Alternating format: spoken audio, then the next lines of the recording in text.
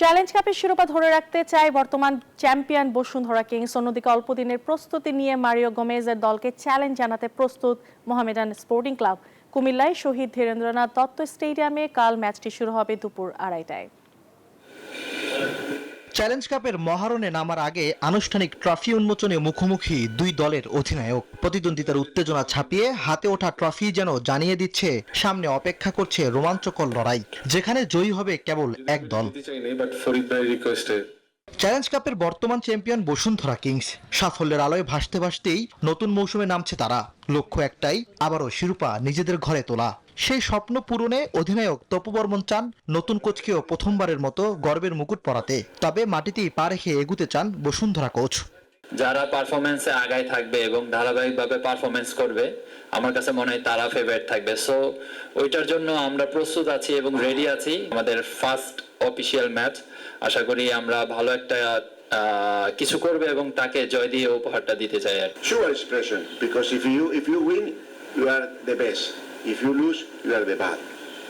যুক্তরাষ্ট্রের এক নম্বর gym chain গোল্ডস gym এখন আবারও বাংলাদেশে।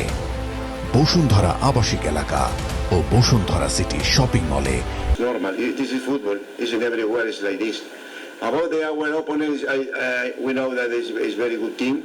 অন্যদিকে অল্প সময়ের প্রস্তুতি নিয়েই চ্যালেঞ্জ কাপে নামছে মোহামেডান স্পোর্টিং ক্লাব। সব ফুটবলারকে একসাথে পাওয়ার সুযোগ হয়েছে সীমিত সময়ের জন্য।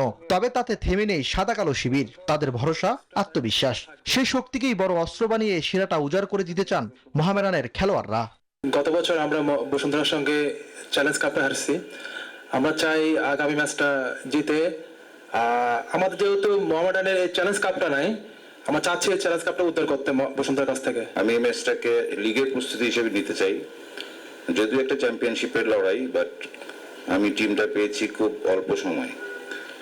তারপরেও আত্মবিশ্বাস আছে যে ফাইনালে আমরা শিরোপার জন্যই খেলবো। চ্যালেঞ্জ কাপের প্রথম আসরে মোহামেডানকে 3-1 গোলে হারিয়েছিল বসুন্ধরা কিংস। দ্বিতীয় আসরে শুক্রবার কুমিল্লায় আবারও দুই দলের লড়াই।